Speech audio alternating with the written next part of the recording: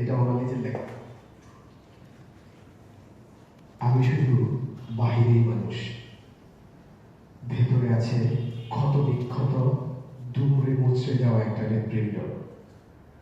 আমি যা দেখাই মানুষ তাই দেখে। নিজেকে আড়াল করতে করতে এতটা অতলে নিয়ে গিয়েছি, সেখানে প্রবেশ করার শক্তি অন্য কারণে। আমিও হাসি, কিন্তু সেই হাসির আড়ালে যে এক পৃথিবী দুঃখ লুকিয়ে রাখি, তা কাউকে বুঝতে দেই না। মানুষ থেকে রোবটে পরিণত হওয়া আমাকে।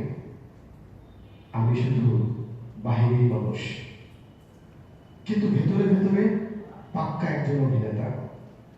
নিজের কষ্টগুলোকে নিজের ভেতরে কবর দিয়ে প্রতিনিয়ত সুখে থাকার অভিনয় করে যাই সবার সাথে।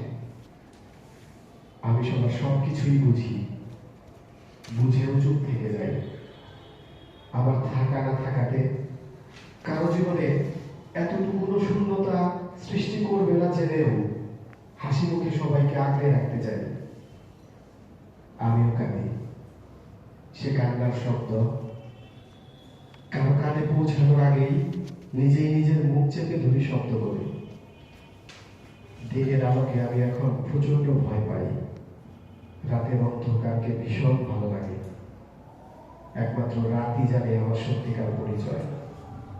মানুষের মতো দেখতে হলেও আমি আদতে মানুষ নই।